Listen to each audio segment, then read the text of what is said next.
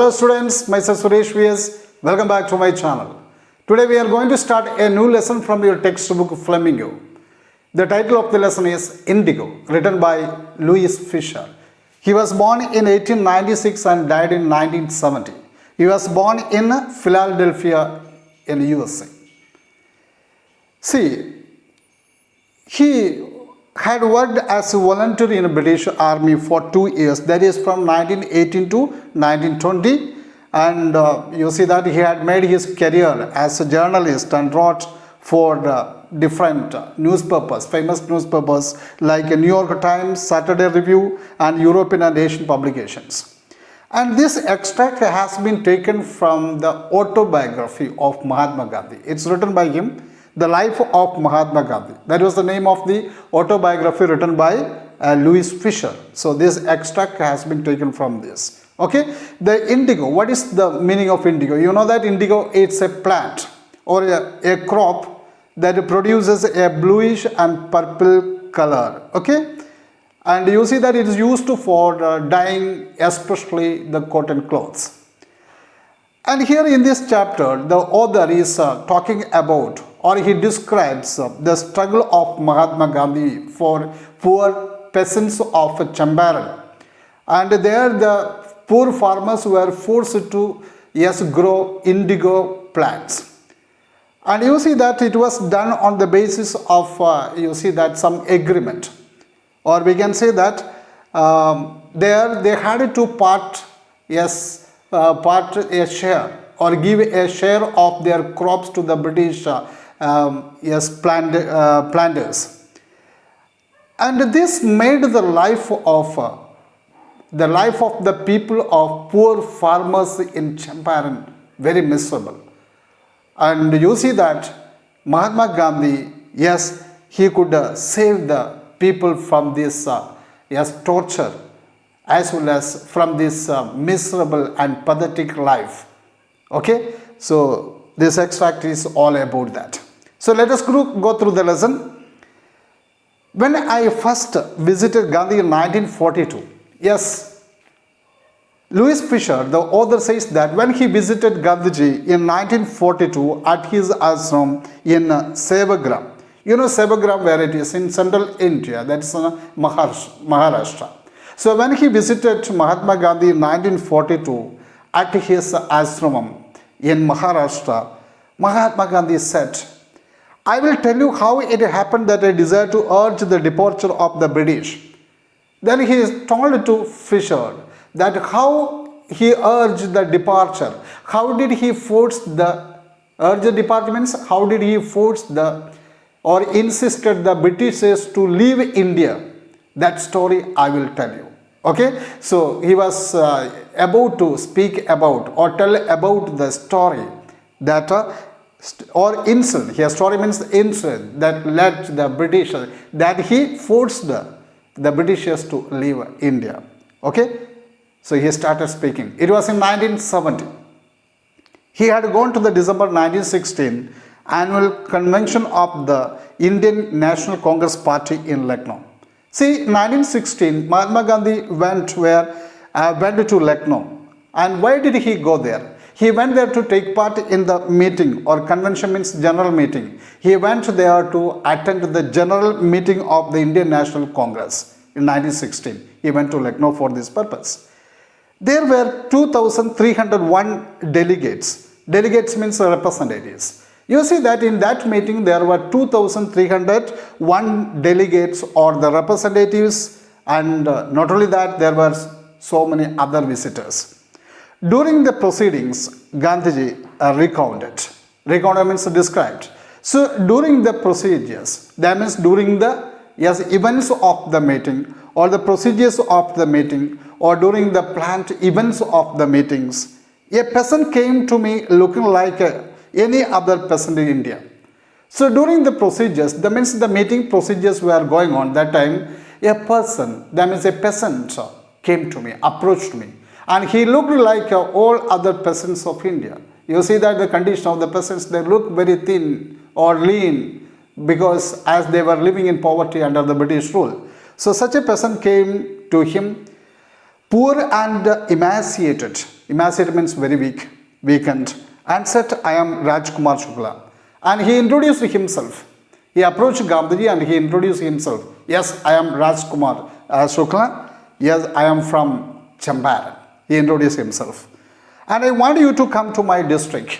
Then he said Gandhiji, or he asked Gandhi to go to his district. So Gandhi, please, you come to my district. Gandhi had never heard of the place. You see that it was the first time Gandhi hearing that place, hearing about that place. It was in the foothills of the towering Himalayas near the kingdom of Nepal. You see that it was in the foothills of very high Himalayas. Towering means very high Himalayas. So where it was near the kingdom of Nepal, Champaran. Under an ancient arrangement, the Champaran peasants were sharecroppers. You see that an ancient arrangement, an agreement had been made there. That means according to this agreement, the agreement that has been made between Britishers and British planters and the peasants of Champaran. So according to this agreement, the peasants or the farmers of Champaran were sharecroppers.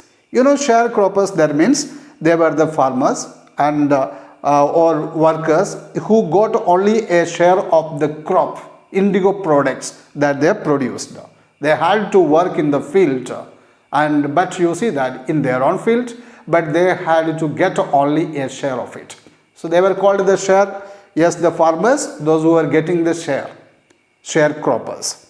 Rajkumar Shukla was one of them. You see that he was one of the sharecroppers from Champaran.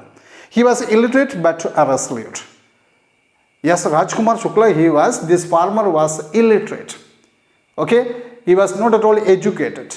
But at the same time, he was resolute. That means he was determined. That means he was determined to do something. If some people are like that, if they take a decision, they won't deviate from it. Okay, so he was such a person. He had come to the Congress session to complain about the injustice of the landlord system in Bihar. So why did he come there? He came there to complain to the Congress leaders about the injustice practice that were going on in the district of Champaran. Okay, and the problems or what are the problems they were facing from the landlords, the British landlords. And somebody had probably said speak to Gandhi. So they were facing a lot of problem. So somebody suggested him to speak to Gandhi. That was the purpose of coming there. Gandhi told Shukla he had an appointment on Kanpur and was also committed to go to other parts of India. So Gandhi said, okay, now I cannot come because I have some appointment in Kanpur. So he had to go to Kanpur. There he had an appointment, and afterwards also he was committed to go to other parts. That means he had already, his chart was fixed. Okay, and he had already fixed to go to many other places. So he said that it was not possible for him to go to Champaran. Shukla accompanied him everywhere. But you see that wherever Gandhi went, Shukla followed him. He was not ready to leave him. Then Gandhi returned to his ashram near Ahmedabad. And at last you see that he came came to Gujarat. And that time there also he came. That means he went to Ahmedabad also, accompanied him up to Ahmedabad. Shukla followed him to the ashram. For weeks he never left Gandhi's side. You see that for many weeks he was following Gandhi. He never left him. Wherever Gandhi went, all these places he followed him. Fix a date, he begged. That was his demand. So Gandhiji, please fix a date. You tell the date. When will you come to Champaran? Impressed by the sharecroppers' tenacity, determination, strong determination. Gandhi was really impressed in the strong determination, or we can say the firmness of this farmer. He agreed at last. And Gandhi said, I have to be in Calcutta on such and such a date. On such and such a date I am coming to Calcutta. You come and meet me there and you take me to your place. He agreed at last. Months passed. Many months passed. You see that Shukla was sitting on his haunches at the appointed spot in Calcutta when Gandhi arrived. Haunches means buttocks. So when Gandhiji arrived in Calcutta on that date, That time you see that Rajkumar Shukla, he was sitting there. He was sitting on his buttocks waiting for Gandhiji. Okay, he was there on the spot. He waited till Gandhi was free. He did not disturb him. He waited there until his programs got over. He waited there. Then the two of them boarded a train for the city of Patna in Bihar.